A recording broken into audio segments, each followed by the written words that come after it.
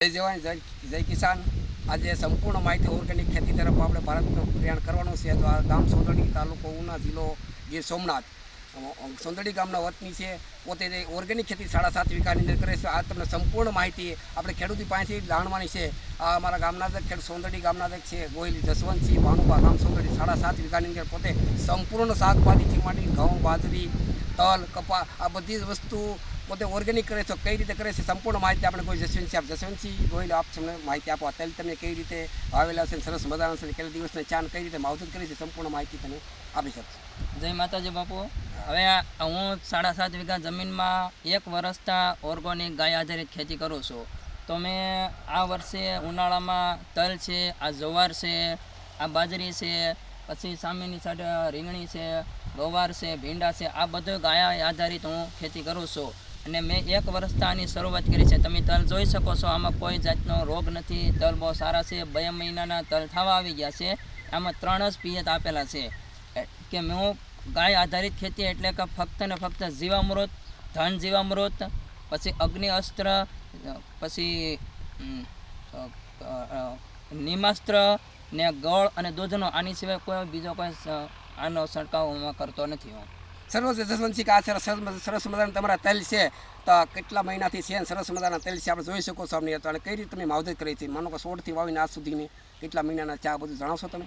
તલ છે ને આ 2 મહિનાના થાવ આવી ગયા છે। 25 તારીખે 2 મહિનાના થશે। આ તલમાં છે ને મેં 3 પિયત આપેલા છે। બીજા મૃતનો પટ આપીને તલનો વાવેતર કરેલો હતો। તલમાં કોઈ જાતનો ડીએપી કે ઉરિયા ખાતર આપણે નાખેલો નથી। કોઈ જાતનો કોઈ પણ રાસાયણિક ખાતરનો ઉપયોગ કરેલો નથી। રાસાયણિક દવાનો પણ ઉપયોગ કરેલો નથી। આમાં ફક્ત ને ફક્ત ગોળ દૂધ અને નિમાસ્ત્ર અને જીવામૃત સિવાય કોઈ પણ આ તલમાં મેં ઉપયોગ કરેલો નથી હાલમાં।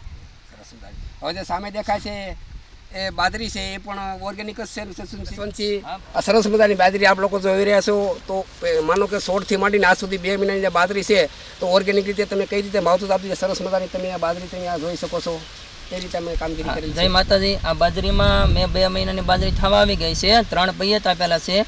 આ બાજરીમાં મેં માવજતમાં કોઈ જીવામૃત સિવાય કોઈ બીજો કોઈ પેસ્ટિસાઇડનો ઉપયોગ કરેલો નથી। માની લો કે તમે 16 લાવ્યા, તો તમે વાવ્યા આજ સુધીમાં કઈ રીતે ખાતર કઈ રીતે તમે આપો છો 2 મહિનાની અંદર? ખાતરમાં મેં ડીએપી કે ઓરિયા કોઈ પણ આપેલો નથી। બીજા અમૃતનો પટ આપીને બાજરીનું વાવેતર કરેલો છે, અને આમાં જીવામૃત પાવશો, બીજો કોઈ જાતની દવા કે ખાતર આપતો નથી હું। સર, તો ખેડૂતનું માનવું એવું છે જસવંતસિંહ કે ભાઈ એને રાસાયણિક ખાતર અથવા ડોઝ તમે આપો પંપ દ્વારા, તો જે લોકોનું માનવું એવું છે તમારે સરસ મજાની બાજરી છે, તો તમે કોઈ ડોઝ આપો છો? ખાતરમાં બધું ચાલે છે? એક જીવામૃત આપણે આપીએ છીએ ગાયનો, તો એમાં બધી રીતનું ખાતરની જે બાજરીમાં જેને પોષણ જે ઉણપ હોય તે બધી ઉણપ પૂરી થઈ જાય છે। આપણે રાસાયણિક બજારમાંથી ખાતર લાવીએ તો DAP, urea, potash, sulphur, magnesium, આવી રીતના ઘણા પ્રકારના અલગ અલગ ખાતર નાખવા પડે છે, પણ તે બધાયનું એક મેં કોઈ કારણ હોય તો તે જીવામૃતમાં આવી જાય છે બધું। સરસ, તમે તો ગાયનો જ ઉપયોગ કરો છો। તમારા ઘરે કેટલી ગાય રાખેલી છે? મારી ઘરે હાલમાં 2 ગાય છે। એ 2 ગાયને મેં 2 ગાય પાળેલી છે, અને 2 ગાયને જીવામૃત અને ધન જીવામૃતમાં ઉપયોગ કરો છો। સરસ મજાનું। તમે ગાય રાખેલી છે, ગૌમૂત્ર માટે કોઈ વ્યવસ્થા તો તમે કરેલી હશે ને? હા, મેં ગૌમૂત્ર એકઠું કરવા માટે વ્યવસ્થા કરેલ છે। મારી ઘરે મેં કોબો બનાવેલો છે, અને એક નાની કુંડી બનાવેલી છે 20 થી 25 લીટરની। એમાં કુંડીમાં એ ગૌમૂત્ર રોજે ભેગો થાય છે। સાણ ને ગૌમૂત્ર હું રોજ અહીં ખેતરે લાવીને જીવામૃત બનાવું અને ધન જીવામૃત બનાવું છું। ધન્યવાદ તમે માહિતી બદલ। જસવંતસિંહ, તમે આ ગવારની કઈ રીતે માવજત કરી? ઓર્ગેનિક છે, સરસ મજાનું રિઝલ્ટ પણ છે। ગામના લોકો પાસે મેં ઘણી જગ્યાએ જાણેલું પણ છે કે ઓર્ગેનિક ખાતીમાં ઓર્ગેનિક ખેતી તમે કરો છો, સરસ મજાનું તમારે ઘરેથી શાકભાજી રહેતા પણ નથી, એવી સાંભળ્યું છે। આ ગવારની કઈ રીતે તમે માવજત કરેલી છે? જય માતાજી। હું આ ગવારની ખેતી ઓર્ગેનિક કરેલી છે। ગવાર છે તે નિર્મળ કંપનીની જાત છે વાવેલી। હાલમાં 60 દિવસના ગવાર થયા છે, તો ગવારનું આવરણ પણ ચાલુ થઈ ગયું છે।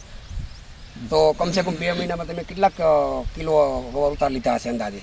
આમાં એક દિવસે આમાં 10 થી 12 કિલો ગવાર ઉતરે છે। થોડાક એવા જ ગવારનો વાવેતર કરેલું છે, છતાં પણ ઉત્પાદન મને સારું મળે છે। આપ જોઈ રહ્યા છો સરસ મજાનું કે માત્ર લોકો એક ગુઠ્ઠો પણ જમીનની જેના સારસ ક્યારા છે, છતાંય એકાત્રા માનો કે રોજની ટર્નઓવર ગણીએ તો 5 કિલોની એવરેજ આવે છે। માત્ર 4 થી 5 ક્યારા છે। આ ઓર્ગેનિકની તાકાત છે। આપ ખેડૂત મિત્રો ખાસ એક ભલામણ છે જસવંતસિંહ તરફથી કે તમે ઓર્ગેનિક તરફ વળો, એવું જશું કહેવાનું જોવાનું છે, બરાબર? આર્ગેનિક કેટલો બધો ફાયદો થાય છે।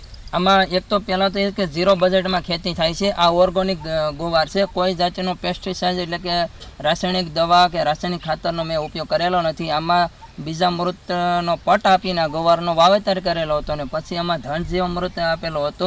પછી જીવામૃત આપો છો અને આ રીતનો ગવારને ઉપરથી ગૌમૂત્ર અને ખાટી છાશનો છંટકાવ કરો છો ને બીજું કે આમાં જીવામૃતનો પણ ઉપરથી છંટકાવ કરો છો. ધન્યવાદ. સરસ મજાની તમે માહિતી આપીને હજારો ખેડૂતો આપણો લાભ લ્યો એવો આપણે ખેડૂતનો વર્ગને આપણે વિડીયો આપણે પહોંચાડી. દર્શનસિંહ, સરસ મજાના ભીંડા આપ જોઈ રહ્યા છો. અમે પણ શાકભાજી કરીને ખાઈ લીધે. સરસ મજાનું આપશો તો 3 થી 4 ક્યારા છે. તમે આને કઈ રીતે માવજત ઓર્ગેનિક કરી? સરસ મજાના ભીંડા છે, આપ નિહાળી રહ્યા છો અને કઈ રીતે તમે માવજત કરેલી છે? કેટલા સમયના છે? જય માતાજી. આ ભીંડા છે તે નન્હે કંપનીના સિંગમ ભીંડાનું વાવેતર કરેલું છે ને આ 60 થી 65 દિવસનો ભીંડો થયો છે. બરોબર.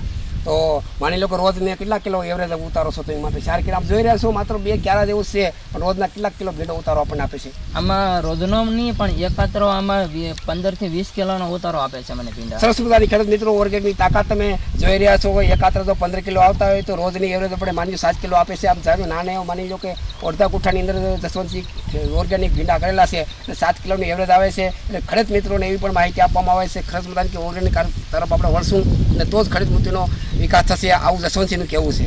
આમાં આપણે મેં કોઈ પેસ્ટિસાઇડ દવા કે રાસાયણિક ખાતરનો ઉપયોગ પણ કરેલો નથી. આમાં જીવામૃત, ધન જીવામૃત અને બીજામૃતનો પટ આપીને આનું વાવેતર કરેલો હતો. ગોળ દૂધ અને જીવામૃતનો ઉપરથી છંટકાવ કરું છું ને ક્યારેક ખાટી છાશ અને ગૌમૂત્રનો ઉપયોગ છંટકાવ કરીને આ રીતના ભીંડા છે. ધન્યવાદ જસવંતસિંહ, તમે સરસ મજાની ખેડૂતો માટે તમે શાકભાજી માટે માહિતી આપી તે બદલ ધન્યવાદ.